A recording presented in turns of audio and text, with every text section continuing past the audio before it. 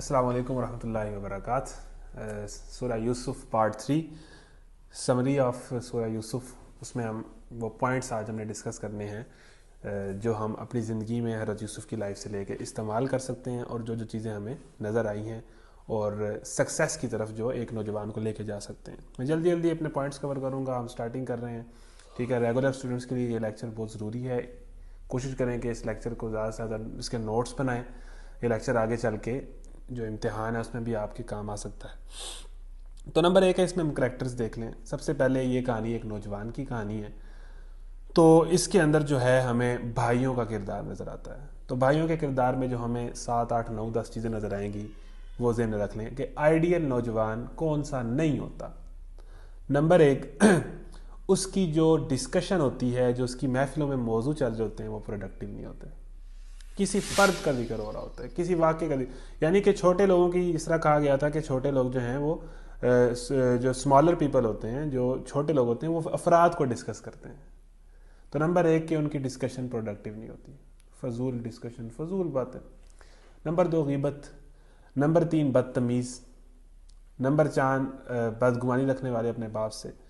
Number 5 ideal نوجوان complex کا شکار نہیں ہوتے، یہ کمپلیکس کا شکار تھے۔ نمبر 6 حسد، ان کے اندر حسد تھا اور دوسرے کی خوشی میں خوش نہیں تھے، دوسرے کی صلاحیتیں دیکھ کے خوش نہیں تھے، ٹھیک ہے، اور دوسروں کی ٹانگیں کھینچنے والے، لوگوں کی ٹانگیں کھینچنے والے، سائیڈ لائن کرنے والے۔ نمبر 8 یہ لوگ جو ہے گناہ کرنے سے پہلے ان کی سائیکالوجی یہ تھی کہ یہ گناہ کر لیں گے پھر نیک ہو جائیں گے، یعنی کہ یہ سائیکالوجی رکھنا کہ یہ مقصد حاصل کرنے کے لیے یہ 2 نمبری کر لوں پھر نیک ہو جاؤں گا، ٹھیک ہے۔ نمبر 9 شارٹ کٹ کے متلاشی، شارٹ کٹ ڈھونڈنے والے۔ نمبر 10 سازشیں کرنے والے، ٹھیک ہے، غلط طریقوں سے اپنے مقصد اچیو کرنے والے۔ نمبر 11 غرور کا شکار کہ ہم بڑی چیزیں، ہم ایک جتھا ہیں، ہم یہ کر لیں گے ہمیں۔ اور اس کے بعد نمبر 12 یہ کہ ڈرامے باز قسم کے یہ لوگ تھے، ٹھیک ہے۔ تو یہ وہ کریکٹرسٹکس ہیں جو ایک آئیڈیل نوجوان کی نہیں ہیں۔ فضول ڈسکشن، حسد، کمپلیکس، شارٹ کٹ کی تلاش، گناہ سے پہلے یہ سوچنا کہ میں بعد میں نیک ہو جاؤں گا، لوگوں کی ٹانگیں کھینچنا، احساس کمتری، غرور، یہ ساری چیزیں وہ کریکٹرسٹکس ہیں جو نوجوان میں نہیں ہونی چاہیے۔ پھر سب سے بڑھ کے بدتمیز، والدین کے آگے والدین سے بدگمان۔ پھر ہمیں کریکٹر نظر آتا ہے حضرت یعقوب کا۔ اس کے اندر ہمیں نظر آ جائے گا کہ پیرنٹنگ کیا ہوتی ہے، ایک آئیڈیل باپ کیا ہوتا ہے۔ حضرت یعقوب کے کریکٹر میں آپ دیکھیں گے کہ بیٹے سے دوستی، کہ بیٹا اپنے سیکرٹ اپنے ابا جان سے پیش کر رہا ہے، اس طرح ان کا تعلق ہے اپنے بیٹے سے۔ پھر بیٹے کا اس قدر خیال کہ اسے بری کمپنی سے بچانے کی فکر ہونا۔ پھر اس کے بعد جو ہے ہمیں حضرت یعقوب کے کریکٹر میں جو باقی بیٹے ہیں ان کے ساتھ بھی انصاف۔ جب انہوں نے ضد کی تو حضرت یعقوب نے ان کو بھیج دیا کہ ٹھیک ہے آپ یوسف کو لے جائیں۔ بعد میں جب بنیامین کے لیے ضد کی تو حضرت یعقوب نے کہا کہ آپ عہد دے دیں لیکن آپ اس کو لے جائیں۔ تو بہرحال اپنی اولاد کی وہ بات مان رہے ہیں، ٹھیک ہے۔ تو حضرت یعقوب کے اندر پھر ایک اور چیز حضرت یعقوب کے کریکٹر کے اندر ہمیں نظر آئی کہ صبر۔ پہلا بیٹا گیا، دوسرا بیٹا گیا تو کیا کہا، فصبر جمیل، یعنی کہ ایمرجنسی کو یا ان ایکسپیکٹڈ صورتحال کو کس طرح مینیج کرنا ہے حضرت یعقوب کے اندر ہمیں نظر آتا ہے۔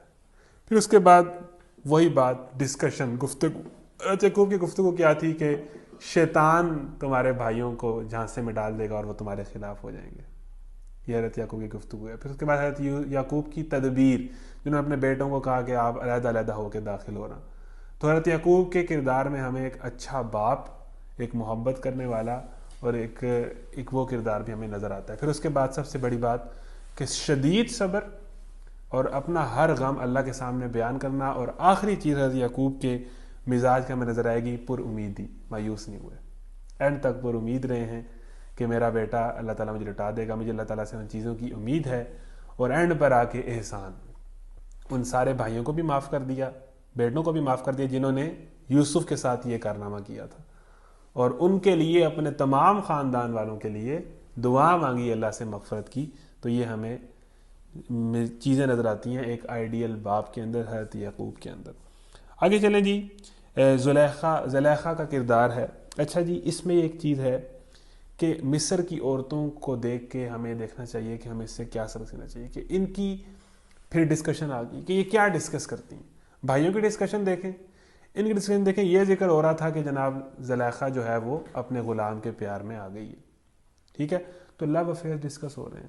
جیسے آج کل ہماری عورتوں کا یہی کام ہے یا آج کل یوتھ کا یہی کام ہے کہ فلاں سیلیبریٹی سے فلاں سے شادی ہوئی، اس کی بیوی کیسی ہے، اس کی بیوی خوبصورت ہے کہ نہیں، یہی دیکھتے رہنا۔ فلاں یوٹیوبر کی منگنی ہو گئی ہے، فلاں یوٹیوبر کی شادی ہو گئی ہے، فلاں کی یہ بیوی صحیح نہیں ہے، فلاں کی بیوی صحیح ہے، فلاں کو طلاق ہو گئی ہے، اس سیلیبریٹی کا اسکینڈل، انہی چکروں میں رہنا۔ یعنی سب کچھ اسی کو ہی سمجھنا کہ جناب ایک اچھے ہینڈسم لڑکے سے شادی کرنی ہے اور پھر جناب یہی سب کچھ ہے۔ پھر اس کے بعد چال بازی، ٹھیک ہے، غلط طریقے سے جو ہے وہ اپنی طرف بلانا، حرام ریلیشنز، ٹھیک ہے، غلط ریلیشن، جس کو اللہ نے بیان کیا ان کیدکن عظیم، کہ عورتوں کی چالیں بہت سخت ہوتی ہیں، ٹھیک ہے۔ تو یہ ایک کریکٹر ہے۔ پھر اس کے بعد یہاں تک کہ اپنے مقصد کو اچیو کرنے کے لیے جو ہے حضرت یوسف کو جیل تک میں ڈال دیا، اور بے حیا، پھر ہمیں ایک اور پتہ چلی مصر کی عورتوں کو دیکھ کے کہ بے حیائی کی کوئی پیک نہیں ہے، یعنی کہ اس کی شادی ہو چکی ہے لیکن جب انسان اپنے آپ کو آزاد کرتا ہے اور اپنی خواہشات کے پیچھے جاتا ہے تو ایک شوہر کے ہونے باوجود بھی اس کی تسلی نہیں ہوتی، اسپاؤز ہونے کے باوجود بھی اس کی تسلی نہیں ہوتی۔ تو اس لیے بے حیائی کے معاملے میں آپ کو اپنے آپ کو لمٹ میں لانا پڑے گا۔ انسان بے حیائی کی راستہ ایسا ہے کہ اس کی تسلی ہوتی نہیں ہے، آگے جاتا ہے انسان، حل میں مزید چاہتا ہے، جتنا یہ آج کل گند آیا ہے سوشل میڈیا پہ، اس سے کبھی تسلی ہوئی ہے ہماری؟ ہم کیا بار بار نہیں یہ دیکھتے، بار بار پھر دوبارہ؟ تو اس سے یہ نہیں کہ ہماری خواہشات پوری ہوتی ہیں، خواہشات بڑھتی ہیں، مزید آگ لگتی ہے۔ تو اللہ تعالیٰ اس کو لمٹ لگاتا ہے۔ تو ہمیں یہ نظر آیا کہ یہ اتنی ڈسپریٹ تھی کہ اسے مرد کے سامنے جب ایکسپوز ہو بھی گئی تو بعد میں بھی عورتوں کو یہی کہہ رہی ہے کہ میں اس سے یہ کام کرواؤں گی، ٹھیک ہے۔ تو اس میں پھر کہاں وفا رہ جاتی ہے کہ آپ نے جو وفا اور سارے کے بھی ایک سے محبت کرنی ہے یا ایک کا ہو کے رہنا ہے، وہ ساری چیزیں پھر ایک یہ یہاں پر ہوا ہوتی ہوئی نظر آ رہی ہے۔ مصر کی عورتوں کا کریکٹر آ گیا۔ پھر اس کے اندر ہمیں نظر آتے ہیں بادشاہوں کا مزاج کیسا تھا، بادشاہوں کا کردار کیسا تھا، کہ چھوٹے چھوٹے معاملات میں جیل بھیج دینا، عبرتناک سزائیں دینا، ٹھیک ہے۔ اور عزیز مصر کا کریکٹر کیا ہے کہ وہ مست مول میں ہے، اسے کوئی ٹینشن نہیں ہے، اتنا بڑا کیس کھل گیا، وہ کہہ رہا مٹی پاؤ، یوسف کو آپ معافی مانگیں، زلیخا معافی مانگیں، یوسف اگنور کرو، یعنی کہ بالکل لاپرواہ اور جناب سکون ماحول میں رہنا چاہتا ہے وہ۔ تو وہاں پر آپ کو ایک ظالم بادشاہ جھوٹے کیسوں میں اندر کرانا، اپنے عزت غلط طریقے سے بنانا، یعنی کہ پروپوگنڈا کر کے اپنی عزت بنانا اور جو اپنے سکینڈلز ہیں ان کو دبانا۔ تو یہ ہمیں یوسف کے بادشاہوں میں نظر آئے گا۔ پریزنرز کے اندر بھی ایک کریکٹر اس کا اندر نظر آتا ہے۔ تو یہ ہو گیا کچھ نہ کچھ کریکٹر۔ احسن القصص کے اوپر میں بات کرنا چاہتا ہوں، سب سے امپورٹنٹ چیز کہ قرآن نے اس قصے کو سب سے اچھا قصہ کہا ہے۔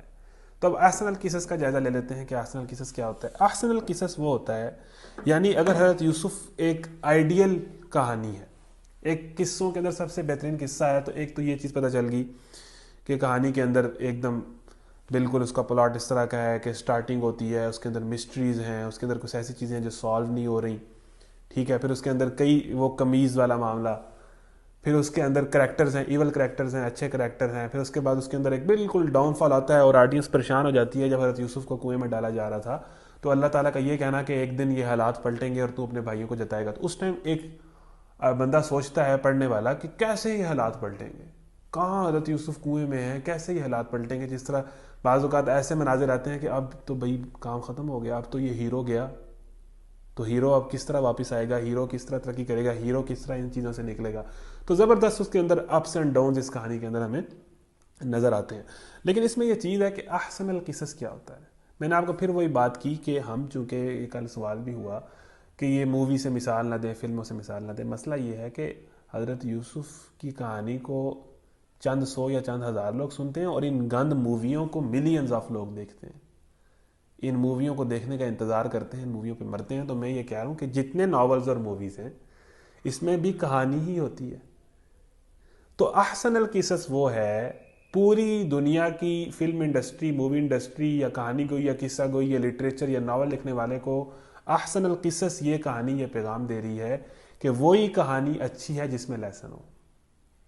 احسن القصص کا پہلی شرط یہ ہے کہ کہانی وہ اچھی ہوتی ہے، واقعہ وہ اچھا ہوتا ہے، مووی وہ اچھی ہوتی ہے، ٹھیک ہے، جس کے اندر لیسن ہو۔ نمبر ایک لیسن ہے۔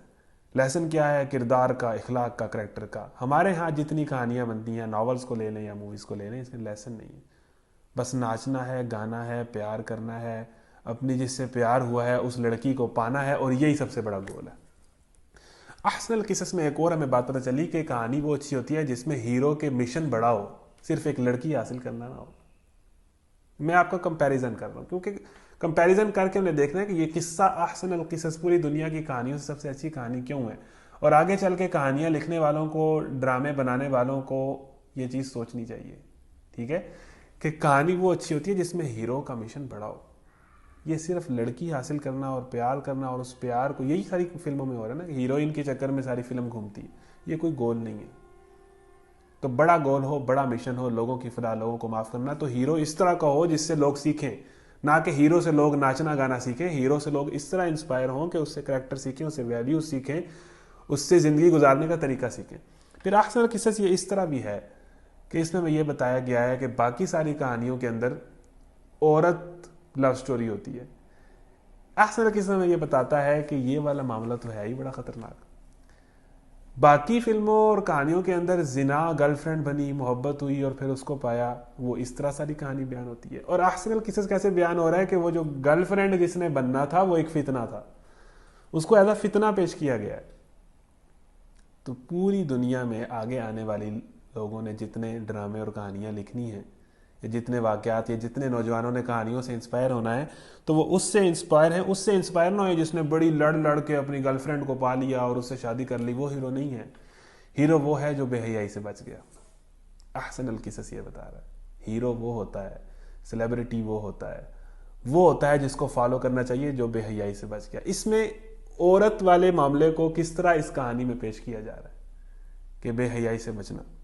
پھر احسن القصص یہ اس طرح بھی ہے کہ اس کے اندر آپ ساری چیزیں ہر حوالے سے اس کو آپ کمپیریزن کریں تو کہانی کے نتیجے میں انسان کو جو ہے یہ فیلنگ آنی چاہیے کہ میں یہ چیز کر سکتا ہوں، پریکٹیکل ہو چیز، ٹھیک ہے نا۔ ہمارے ہاں جتنی کہانیاں اور موویز ہیں اس کے اندر مبالغہ آرائی ہے، اس ساری چیزوں میں کوئی مبالغہ آرائی نہیں ہے، یہ سچا ہے، اتھینٹک واقعہ ہے۔ وہ الگ بات ہے کہ ہیرو جو لیا جاتا ہے وہ بڑا خوبصورت ہوتا ہے، اگر اس پیرائے میں دیکھے جائیں تو حضرت یوسف دنیا کے سب سے خوبصورت انسان ہے، تو ہیرو کا کریکٹر کے اندر مقابلہ نہیں ہے۔ باقی کہانیوں کا ہیرو ناچنے والا، ڈانس کرنے والا، گرل فرینڈ کے پیچھے بھاگنے والا، اس کہانی کا ہیرو کریکٹر کا مالک، عورتیں اس کے پیچھے آ رہی ہیں اور وہ عورتوں کو اوائڈ کر رہا ہے، وہ اپنے اخلاق پر چل رہا ہے، اور دنیا کا سب سے خوبصورت انسان۔ تو ہیرو کی پرسنالٹی ہونی چاہیے، مطلب مراد یہ ہے کہ ہیرو کے اندر ٹریٹس ہونی چاہیے، صفات ہونی چاہیے، پھر والدین کا ادب اور ساری چیزیں، پھر ایول کریکٹرز اس کہانی میں جیسے جیسے شو کیے گئے ہیں وہ سارے آپ کے سامنے۔ تو آخری بات احسن القصص کی یہ ہے کہ سب سے اچھا قصہ یہ اس لیے ہے کہ اس میں مبالغہ آرائی نہیں ہے، ساری باتیں پریکٹیکل ہیں۔ اس میں جناب ہیری پوٹر کی طرح جو ہے وہ گپے نہیں ماری بھی ایسے ہو گیا، ایسے ہو گیا، یہ ایک بالکل اتھینٹک حقیقت پر مبنی کہانی ہے۔ تو یہ ساری چیزیں ہم نے سنی ہے نا کہ وہ بچے نے گواہی دی، وہ پھر وہی بات ہے، بچے نے گواہی نہیں دی۔ قرآن کا بیان پڑھیں، اگر آپ یہ تفسیر پڑھیں گے جو میرے سامنے ہے، اس میں وہی بیان کیا ہے کہ تلمود میں یہ روایت آئی ہے، بائبل میں یہ روایت آئی ہے، اور یہ ساری روایات جو ہے وہ سورہ یوسف کو اگر قرآن سے دیکھ کے پڑھیں تو یہ غلط ثابت ہوتی ہیں، ٹھیک ہے نا۔ اس میں یہی تھا کہ قمیص سے دیکھ کے فیصلہ کیا گیا تھا، بچے کی گواہی کی ضرورت نہیں تھی، قمیص بتا رہی تھی نا، قمیص کا ہی ذکر ہے نا۔ جب قمیص سے دیکھ کے فیصلہ واضح لکھا ہوا ہے تو بچے کی گواہی کی ضرورت ہی نہیں رہے گی، اور اس معاملے میں کوئی کسی معجزے کی ضرورت نہیں، اور اتنا بڑا معجزہ ہوا ہوتا تو ذکر ہونا تھا۔ تو یہ بھی ایک چیز ہے۔ تو یہ ہے جی احسن القصص۔ کیوں احسن القصص ہے؟ اس لیے کہ اس میں ہیرو کا کریکٹر ہے، اس میں ہیرو جو ہے وہ بے حیائی سے بچ رہا ہے، بے حیائی کی طرف جا نہیں رہا، اس میں ہیرو کے اندر اچھی صفات ہیں، اور اس کے اندر ہیرو کے خواب اور مشن بڑے ہیں، اور ہیرو کی سٹرگل بہت زیادہ ہے۔ تو یہ ہو گیا جی احسن القصص۔ پھر ہم آ جاتے ہیں حضرت یوسف کے ساتھ پرسنالٹی ڈیولپمنٹ پر، مجھے ساتھ ساتھ ٹائم کا بھی بتاتے جائیں۔ Personality development number 1، personality development کیسے ہوتی ہے حضرت یوسف کی روشنی میں دیکھیں۔ نمبر 1، پرسنالٹی ڈیولپمنٹ میں سب سے اہم چیز یہ ہے کہ آپ کے اندر مینجمنٹ سکلز ہوں، ٹھیک ہے۔ حضرت یوسف نے مینج کیا سارا عزیز مصر کا گھر، آرگنائزیشنل سکلز ہوں۔ حضرت یوسف نے مسئلہ ٹیکل کیا بنیامین والا، کس انداز سے بنیامین کو اپنے سامنے روک لیا، پھر اس کے بعد آگے جتنے مسائل آئے، پھر اس کے بعد جیل سے وہ کس طرح نکلے، وہ سارا انہیں کیا کہ پہلے بادشاہ کو، ٹھیک ہے۔ تو پرسنالٹی ڈیولپمنٹ میں ایک چیز کہ آپ کے پاس سکل ہونی چاہیے، مینجمنٹ سکلز، آرگنائزیشنل سکلز۔ پھر اینگر مینجمنٹ، پرسنالٹی اگر آپ نے ڈیولپ کرنی ہے تو آپ کو غصے کو مینج کرنا آنا چاہیے۔ ہمیں چھوٹی چھوٹی باتوں پہ غصہ آتا ہے اور ہم گالیاں دینے لگ پڑتے ہیں. یہ بڑا خطرناک معاملہ ہے. اینگر کنٹرول کریں. پہلوان وہ نہیں ہے جو اپنے دوسرے کو پچھاڑ دے جنگ میں. پہلوان وہ ہے جو غصے کے وقت اپنے نفس پر قابو پہ رکھے. تو اینگر مینجمنٹ اور فیئر مینجمنٹ, یعنی جب کنویں میں گرائے گئے تو ان خوف کو, جس طرح وہ کنویں میں رہے, کس طرح کنٹرول کیا حضرت یوسف نے. یہ چیزیں, سارے کام, جتنی پرسنالٹی میں اخلاق, کردار, کریکٹر, جھوٹ سے بچنا, بے حیائی سے بچنا, یہ ساری چیزوں کو جو چیز چارج کرتی ہے, جو چیز جو ہے وہ نشو نما دیتی ہے, جو چیز آکسیجن دیتی ہے, وہ ہے توحید, اللہ پر ایمان. ایمان ہی یہ سارے کام کرواتا ہے. ایمان کے بغیر کوئی موٹیویشنل لیکچر آپ سے یہ کام نہیں کروا سکتا. ایمان وہ چیز ہے جو بندے کو اپنی جان تک دینے پر راضی کر لیتی ہے. جتنا اللہ تعالیٰ پر مضبوط ایمان ہے اتنی زبردست پرسنالٹی وجود میں آئے گی. تو حضرت یوسف کے اندر جو سکلز تھے وہ آرگنائزیشنل سکلز بھی ہمیں نظر آئے کہ وہ چیزوں کو اچھا مینیج کرتے تھے. پھر ہمیں اچھے اسپیکر بھی حضرت یوسف نظر آئے, جو اینڈ پہ حضرت یوسف نے کلوزنگ اسپیچ دی تھی. پھر اس کے بعد پرسنالٹی کے اندر یہ چیز کہ ڈسکشن میں لوگوں کو ڈسکس نہ کریں, لوگوں کو بلیم نہ کریں. حضرت یوسف نے نہ عزیز مصر کو بلیم کیا, نہ زلیخا کو بلیم کیا, بعد میں جا کے نہ اپنے بھائیوں کو بلیم کیا بلکہ شیطان کا کہا. پھر اس کے بعد پرسنالٹی ڈیولپمنٹ چیز آتی ہے کہ ہمیشہ پازیٹیو رہیں, پازیٹیو چیزوں کا ذکر کریں. حضرت یوسف نے کہا مجھے اللہ تعالیٰ نے قید سے نکالا, یہ نہیں کہا کہ مجھے قید میں ڈالا. شکر اور پازیٹیوٹی, پازیٹیو باتیں کرنا, لوگوں کو ڈسکس نہ کرنا, یہ ساری چیزیں آپ کی پرسنالٹی کو ڈیولپ کرتی. پھر آپ کے کردار میں وہ چاشنی تھی کہ قیدی بھی ان کے قریب آ رہے ہیں, شراب پلانے والا انہیں کہہ رہا ہے یوسف و ایھا صدیق. تو یہ ساری چیزیں کیا ہے کہ آپ ہر بندے کو ایکولی اگر ڈیل کریں گے تو لوگ آپ پر جان دیں گے. آپ کا رویہ بائسڈ نہ ہو, ٹھیک ہے, فلانے سے ایسا ہے اور فلانے سے ایسا ہے, ٹھیک ہے. تو یہ ہے جی پرسنالٹی ڈیولپمنٹ میں کچھ چیزیں جو حضرت یوسف کے مزاج میں ہمیں نظر آتی ہیں. پھر بہت زیادہ ایمانت دار, اپنے کام سے کام رکھنا. عورتیں ہیں, زلیخا ہے, بے حیائی ہے, کسی چیز کی پرواہ نہیں ہے, میرا کام ہے اس گھر کو مینیج کرنا, وہ کر رہے ہیں. اپنے کام سے کام رکھیں گے, لوگوں کے کاموں میں ٹانگ نہیں اڑائیں گے, لوگ آپ کے پیچھے آئیں گے. پرسنالٹی ڈیولپمنٹ آپ کی اس طرح ہوگی. پھر یہ ہے کہ لیڈرشپ سکلز ہمیں نظر آتی ہیں. وہ آگے چاہ کے ویژن, حضرت یوسف کی پرسنالٹی میں ہمیں ایک چیز نظر آئی کہ ان کا ویژن بڑا تھا, خواب اونچا تھا. ان کا مقصد صرف ایک جاب چھوٹی سی حاصل کر لینا نہیں تھا, وہ تو رستے بنے نا. ویژن ان کا پورے مصر کو, بڑا ویژن, بڑا خواب, بڑا مقصد, میں نے پوری دنیا کو لیڈ کرنا ہے, پوری دنیا کی بھلائی کرنی ہے. تو بندہ مومن کا ویژن بڑا ہوتا ہے. پھر اس کے بعد ایک اور چیز, حضرت یوسف جو ہے پلانر تھے. بنیامین والا جو پلان کیا, اور اس کے بعد جو مصر کی اکانومی کو جو پلان کیا, یعنی کہ فیوچر کے متعلق پورا پلان ان کے سامنے تھا. ہمارے ہاں پلاننگ ہی نہیں ہے, ہم نے کیا کرنا ہے, ہم نے کیا بننا ہے, ہماری کیا فیلڈ ہے, ہمارا کیا اسکل. انہیں پتا تھا میرے اندر کیا اسکلز ہیں, بتایا نا. ہم سے کوئی انٹرویو لے پوچھے آپ کیا کر سکتے ہیں, ہمیں نہیں پتا. حضرت یوسف نے کہا انی حفیظ علیم. ایک تو میرے اوپر کوئی کریکٹر پہ کوئی داغ نہیں ہے, کریکٹر کی چھاپ اور کریکٹر کا روب میرے ساتھ ہے. دوسرا, میں حفاظت کرنے والا ہوں, مجھے اس چیز کا علم ہے, میں علم رکھنے والا ہوں, اس چیز کا پورا اندازہ ہے کہ یہ کیسے کرنی ہے. تو ٹھیک ہے. تو ایک چیز ہمیں پتہ چلی کہ اسکل آپ کے پاس ہو اور پلاننگ آپ کرتے ہو, چیزوں کا پلان آپ نے کیا, آپ کے سامنے روڈ میپ ہو. منزل دے متھے دے اتے تختی لگدی ہونا دی, جڑے کروں بنا کے ٹر دے نقشہ اپنے سفراں دا. یعنی کہ آپ کے پاس پورا روڈ میپ پلان ہو کہ میں نے کیا کرنا ہے, اور آپ چیزوں کو پلان کر کے کریں, اسی طرح ہی منہ اٹھا کے چیزوں کو نہ کریں. تو یہ جو حضرت یوسف نے, اس سے میں ایک اور پتہ چلا کہ بندہ مومن نے اگر سکسیس حاصل کرنی ہے تو صرف کریکٹر کے بعد جدید دور کی جدید سکلز بھی آپ کے پاس ہونی چاہیے, اور ایکسٹریم لیول پر ہونی چاہیے. یعنی پی ایچ ڈی کریں اور پوسٹ ڈاکٹریٹ کریں, جو بعض ڈگریز ہیں وہ ایکسٹریم لیول پہ جائیں کہ دنیا آپ کی محتاج ہو, دنیا آپ سے اپنے مسئلے حل کرائے, دنیا آپ کے پاس ہے. مسلمان اگر اپنی سکلز پر اور ڈگریز پر اور ایکسٹریم لیول کی ایجوکیشن پر کام کرنے لگ پڑیں تو دنیا ان کی طرف ہی آئے گی.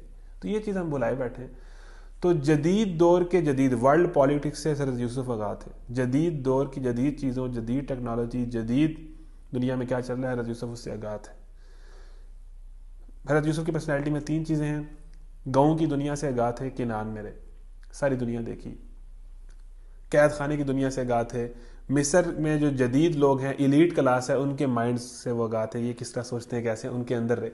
تو سسٹم کو سمجھیں, سسٹم کے اندر جائیں, سسٹم کو دیکھیں, لیکن اپنے کریکٹر پہ کمپرومائز نہ کریں. یہ ہمیں بات پتہ چلی کہ رہنا ویلیوز پہ. ہمارے یہاں جاتے ہیں نا, میں جناب لمز میں پڑھوں گا, میں نسٹ میں پڑھوں گا, میں جناب یورپ میں پڑھوں گا, بہت اچھی بات ہے, لیکن اندر کیا دیر میں ہوتا ہے, وہاں جا کے جناب بے حیائیاں کروں گا, وہاں جناب ماحول ہوگا, وہاں جناب کوئی نہیں پوچھنے والا. ذہن میں تو یہ ہوتا ہے. تو حضرت یوسف اگر گئے ہیں مصر تو اس طرح سے گئے کہ میں نے اس کو سنوارنا ہے, ایک پلان ہے، ایک مشن ہے ان کے ہاتھ میں، اس پر وہ عمل کرنا چاہتے ہیں. ٹھیک ہے، تو جدید دور کے جدید مسائل سے آگاہ ہونا، سکلز ہونا آپ کے پاس، ٹھیک ہے، دنیا کو لیڈ کر سکنے کی صلاحیت ہونا، یہ بڑی چیز ہمیں نظر آتی ہے. اس کے بعد پیرنٹنگ اینڈ ریلیشن، اپنے بھائیوں سے ریلیشن دیکھیں جی، کہ اپنے بھائی کو جب بنیامین کو کہا کہ تسلی رکھو اب تمہیں کچھ نہیں ہوگا، بھائی اور بھائی کا پیار، اور اپنے باقی بھائیوں کو بھی معاف کر دینا فار گیونگ. ٹھیک ہے نا. پھر جو قید 10 سال بعد شراب پلانے والا آیا اور آگے پھر اپنا مسئلہ حل کرانے پہنچ گیا، لوگوں کے مسئلے حل کرنا. پھر اس کے بعد اچھی دعوت دینا، موقع دیکھ کے لوگوں کو اپنے کریکٹر سے بھی، اور موقع دیکھ کے لاجک کے ساتھ لوگوں کو دین کی طرف لے کے آنا، جس طرح یوسف قید خانوں میں لوگوں کو لے کے آئے. ٹھیک ہے، تو یہ چیزیں بھی ہمیں نظر آتی ہیں. پھر اس کے بعد آگے کچھ پوائنٹ ہیں. کسی بھی حالات پر ویلیوز پر کمپرومائز نہ کریں. ہمیں یہ پتہ چلا کہ ہر طرح کے دور میں، ہر طرح کے حالات میں برائی سے، بے حیائی سے بچا جا سکتا ہے، اللہ کے دین پر چلا جا سکتا ہے. ہاں، اسٹرگل کرنی پڑے گی. ہر چیز بہتر ہے، قید بہتر ہے، ہر پریشانی بہتر ہے، لیکن کبھی بھی گناہ نہ کریں. بالکل کمیٹڈ ہو کہ آپ کو اپنی ویلیوز پر چلنا پڑے گا. پھر بے حیائی کا مسئلہ. اب حضرت یوسف کے مزاج میں یہ چیز پتہ چلتی ہے کہ انہیں پتہ تھا کہ اگر میں اس ماحول میں رہوں گا تو میں اس گناہ میں انوالو ہو سکتا ہوں، تو اللہ سے دعا کی کہ مجھے اس سے بچا. تو آج کے نوجوان کے لیے کیا سبق ہے، جو بڑے شوخے ہوئے ہوتے ہیں کہ جناب کچھ نہیں ہوتا، پازیٹیو رہنا چاہیے، کوئی نہیں مسئلہ ہوتا، لڑکیوں سے ہر طرح کی بات کر لینی چاہیے، ہلکی پھلکی دوستی ہو لینی چاہیے. نہیں، اس کلچر کو اوائڈ کریں. حضرت یوسف اگر کہہ رہے ہیں کہ میں نہیں بچ سکوں گا تو ہم کس کھیت کی مولی ہیں. حضرت یوسف کی سوچ سب سے زیادہ پازیٹیو تھی. تو بے حیائی کے ماحول میں نہ رہنا، وہاں سے نکلنا. ٹھیک ہے نا، اپنے مقصد جب تک اچیو ہو رہا ہے اس پہ رہیں، اور بے حیائی کے ماحول میں بلا وجہ نہ رہیں، نہیں تو آپ اس گناہ میں پڑ سکتے ہیں. ٹھیک ہے جی. پھر اس کے بعد کسی بھی حالت اپنی ویلیوز پہ کمپرومائز نہ کریں. یورپ کی تہذیب، مصر کی تہذیب میں نظر آتی ہے کہ جو سو کالڈ پڑھی لکھی تہذیبیں ہوتے ہیں ان کے کریکٹر کیا ہوتا ہے. اصل چیز ہے کریکٹر. مصر بھی بڑی اسٹیٹ تھی، بڑی طاقتور تھی، بڑی سلطنت تھی، بڑے بڑے ان کے محل تھے، بڑا پیسہ تھا. اللہ تعالیٰ نے یہ چیز، اللہ تعالیٰ نے کریکٹر دکھایا ہے. اور آج کے نوجوان یورپ سے متاثر نہ ہو جو ننگا ہو چکا ہے. عورتوں کے حالات، یورپ کی، مصر کی عورتوں کے حالات، مصر کے حکمرانوں کے حالات ہمیں دکھا رہا ہے کہ کریکٹر کیسا تھا. اور جب کریکٹر لوز کرتی ہے کوئی تہذیب تو وہ زوال کا شکار ہوتی ہے، اور حضرت یوسف نے اس تہذیب کو آگے بچایا تھا. پھر حضرت یوسف کا دور ہمیں نظر آتا ہے کہ حکمران کی صفات، کہ حکمران وہ ہوتا ہے کہ جو ایک تو اس کی ریپو بالکل ایسے ہوتی ہے کہ اس کے اوپر کوئی الزام نہیں ہوتا. وہ اپنی ریپوٹیشن کے متعلق کہ میرے اوپر جو الزام ہے، پروپیگنڈا میرے خلاف کیا گیا ہے، اس کو کلیئر کروایا باقاعدہ، تب تک جیل سے باہر نہیں آئے. میرے اوپر جو زنا کا الزام ہے ہٹوائیں، اصل مجرم کی طرف لے کے جائیں. پھر دوسرا، میرے اوپر نہ کوئی مالی کرپشن کا الزام ہے، اور میرے پاس ڈگری بھی ہے، میں جانتا ہوں کہ جو میں کام کرنے جا رہا ہوں میرے پاس کا پورا علم ہے، میرے پاس پورا پلان ہے. تو حکمران کی کیا صفات ہوتی ہیں؟ وہ حفاظت کرنے والا ہو، وہ جس فیلڈ کا حکمران ہے، جس فیلڈ کا عہدیدار ہے، اس چیز میں ایکسپرٹ ہو، نیکسٹ لیول پہ جا کے ایکسپرٹ ہو. پھر دوسرا جو ہے اس کا کریکٹر دیکھنا بہت ضروری ہے. شادی کرتے وقت، کسی کو حکمران بناتے وقت، کسی کو ووٹ دیتے وقت، کسی کو سربراہ بناتے وقت، کسی بھی جگہ پر کسی بھی بندے کو کسی بھی ادارے میں آپ نے منتخب کرنا ہے، اس کی شکل نہ دیکھیں، خدا کے لیے اس کی شکل نہ دیکھیں، اس کا پیسہ نہ دیکھیں، اس کا کریکٹر دیکھیں. پوری سورہ یوسف بتا رہی ہے کہ کریکٹر اصل چیز ہے، اور جو کریکٹر چھوڑتے ہیں وہ کوشش یہ کرتے رہتے ہیں کہ ہم کوئی چیز بنیں. ٹھیک ہے جی. تو ہمیں ایک چیز یہ نظر آئی. اس کے بعد حضرت یوسف کی جیل کا دور ہمیں نظر آیا، حضرت یوسف کی حکمرانی کا دور نظر آیا. پھر ایک چیز ہمیں یہ پتہ چلی کہ ہمیں جو ہے ہر طرح کے حالات سے، اگر آپ نے لیڈر بننا ہے تو اس کو ہر طرح کی چیز کا پتہ ہوتا ہے، گاؤں کے حالات کا بھی، شہری حالات کا بھی، جیل کے حالات کا بھی، جدید حالات کا بھی، ہر طرح کے لوگوں کے ہر طرح کے مزاج سے وہ واقف ہوتا ہے. پھر حضرت یوسف کی صفات ہیں، والدین کا انتہائی ادب. جب بادشاہ بھی بنے کبھی اپنے آپ کو کچھ نہ سمجھنا، ہر چیز کا کریڈٹ اللہ کو دینا، کسی دوسرے کو دینا. والدین کا ادب، بادشاہ بن کے بھی اپنے والد کو تخت پر بٹھایا، کسی قسم کا غرور نہیں، کسی کو بلیم نہ کرنا. پھر اچھے سپیکر، اچھے اوریٹر، اچھے آرگنائزر، اچھے پلانر، شارپ مائنڈڈ. جو انہوں نے پلان کیا بنیامین والا بالخصوص، کس طرح انہوں نے غلے میں وہ سامان رکھوایا، ان کو کس طریقے سے وہ مجبور کیا کہ وہ واپس مصر میں آئیں. پھر اس کے بعد سنجیدہ، میچور سچویشن کو ٹیکل کرنا. یہ ساری چیزیں میرے یوسف کے مزاج میں نظر آتی ہیں. پھر اس کے بعد ڈسکشن میٹرز. مصر کی عورتیں کیا ڈسکس کر رہی تھیں نظر آتا ہے، یوسف کے بھائی آپس میں کیا گفتگو کرتے تھے نظر آتا ہے. لیکن جب تھرو آؤٹ حضرت یوسف کی گفتگو اور حضرت یعقوب کی گفتگو آپ دیکھیں گے تو یہ پرسنالٹی ڈیولپمنٹ کا ایک بہت بڑا باب ہے. کہ بھائی آپ نے پرسنالٹی اس کی وہ ہوتی ہے کہ آپ بات کیا کر رہے ہیں, آپ ڈسکس کیا کر رہے ہیں, آپ کی محفلوں کے اندر موضوع کیا ہے. بھائیوں کی محفلوں میں کیا چل رہا ہے, مصر کی عورتیں کن چیزوں کو ڈسکس کرتی ہیں, ان کا انٹرسٹ کن چیزوں میں ہے. اور حضرت یعقوب کی گفتگو دیکھیں کیا زبردست نپی تولی ہے, اور حضرت یوسف کی گفتگو دیکھیں, قیدیوں سے گفتگو کس طرح کی, بھائیوں سے گفتگو کس طرح کی, گفتگو کرنے کا انداز, ٹھیک ہے نا, اور پازیٹیو رہنا. یہ بہت ڈسکشن, آپ کیا ڈسکس کرتے ہیں, آپ کیا گفتگو کرتے ہیں, اور گفتگو کے اندر کیا کہتے ہیں, یہ بہت میٹر کرتا ہے. پھر آخر پہ آتا ہے کہ سیکرٹ آف سکسیس, یہ ساری چیزیں, سیکرٹ آف سکسیس کیا ہے, اس کرنے سے پتہ چلا ہے نوجوانوں اگر کامیابی حاصل کرنی ہے, نمبر 1 سٹارٹنگ اور اینڈنگ. والدین کا اگر ادب نہیں کر رہے تو کامیاب نہیں ہو سکتے. یہ آخرت کی بات نہیں ہے, یہ دنیا کی بات ہے. والدین اگر آپ سے خوش نہیں ہے نا, ہاں برائی میں, بے حیائی میں, اللہ کی نافرمانی میں والدین کی اطاعت نہیں ہوگی, لیکن والدین کا ادب, والدین سے محبت, نمبر 1. نمبر 2 جو ہے اس کے بعد اپنے بھائیوں کا, رشتہ داروں کا بہت زیادہ خیال, اور ان کی فکر, اور ان کو اپلفٹ کرنے کا سوچنا, صرف اپنا نہ سوچنا, اپنی ذات سے نکلنا, اوروں کا بھی سوچنا. نمبر 3 سکسیس کا بڑا خواب, بڑا مشن, صرف ایک لڑکی کی خواہش ہی کرتے رہنا کہ یا اللہ مجھے یہ مل جائے, میری زندگی بن جائے گی. تو یہ کچھ نہیں ہے. بڑا خواب, بڑا مشن, بڑی سوچ, بڑا ویژن. نمبر 4 جدید مسائل, جدید حالات سے اپ ٹو ڈیٹ اور آگاہ, سکسیس کا راز ہے. اور نمبر 5 بہت زیادہ بے حیائی سے بچنا. بے حیائی سے بچ جاؤ گے, اپنا کریکٹر ڈیولپ کر لو گے تو کامیابیاں قدم چومیں گی. ایجوکیشن بہت بعد میں آتی ہے, کریکٹر بہت بڑی چیز ہے. نمبر 6 جو ہے وہ صبر اور تقوی, جو حضرت یوسف نے خود کہا تھا کہ جو صبر کرتا ہے, جو تقوی کرتا ہے, اختیار کرتا ہے, کہ بھائی ٹائم لگتا ہے, سلولی, صبر اور تقوی پہ رہیں, اپنی ویلیوز پہ کبھی کسی حالات میں, کسی موقع پہ. ہم تو بھائی ایک پیپر آتا ہے تو چیٹنگ شروع کر دیتے ہیں, ہم تو ایک ٹیسٹ میں چیٹنگ شروع کر دیتے ہیں, ہم تو ساتھ ہی جھوٹے اور دھوکہ دہی پر آ جاتے ہیں, ہم تو اپنی اٹینڈنس سے جھوٹی لگوا رہے ہوتے ہیں. سچائی اور ایمانتداری بڑی چیز ہے. جس فیلڈ میں جہاں موقع ملے 2 نمبری نہ کریں. پوری دنیا جس ڈپارٹمنٹ میں اگلا 7 والا کرپشن پہ کرپشن کر رہا ہے, پہاڑ توڑ رہا ہے, آپ 2 نمبری نہ کریں. تو یہ ہے جی سکسیس کے راز.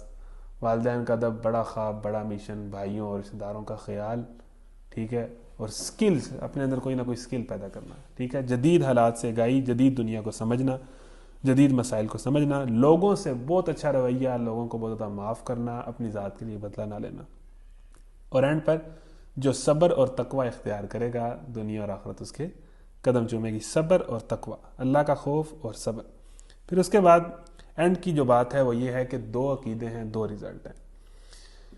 جو عقیدہ رکھتے ہیں کہ اللہ, توحید پر جس کا یقین نہیں ہوتا, وہ یہ سمجھتے ہیں کہ لوگ ہمیں فائدہ دیں گے, یا ہم یہ کام کر لیں گے تو ہم اوپر چلے جائیں گے. جو یوسف کے بھائی نے سمجھا. تو کس طرح کا کریکٹر نظر آتا ہے جب بندہ اللہ سے دور ہوتا ہے؟ وہ ہمیں یوسف کے بھائیوں میں نظر آ رہا ہے, وہ ہمیں زلیخا میں نظر آ رہا ہے. اور جب بندہ اللہ تعالیٰ پر یقین رکھتا ہے تو کیسا کریکٹر وجود میں آتا ہے؟ وہ ہمیں یعقوب میں نظر آ رہا ہے, یوسف علیہ السلام میں نظر آ رہا ہے کہ کریکٹر کیسا ہونا چاہیے. ٹھیک ہے, اللہ پر یقین جو ہے وہی چیز بندے کے اندر کریکٹر پیدا کرتی ہے کہ مجھے اللہ دیکھ رہا ہے. کنویں کے اندر بھی انٹرنیٹ یوز کر رہا ہوں, مجھے اللہ دیکھ رہا ہے. ٹھیک ہے, میں تنہائی میں ہوں, مجھے اللہ دیکھ رہا ہے. میں یونیورسٹی کے اندر ہوں, مجھے اللہ دیکھ رہا ہے. میں پیپر کر رہا ہوں, مجھے اللہ دیکھ رہا ہے. میں کاروبار کر رہا ہوں, دکان چلا رہا ہوں, میں چیز بیچ رہا ہوں, مجھے اللہ دیکھ رہا ہے.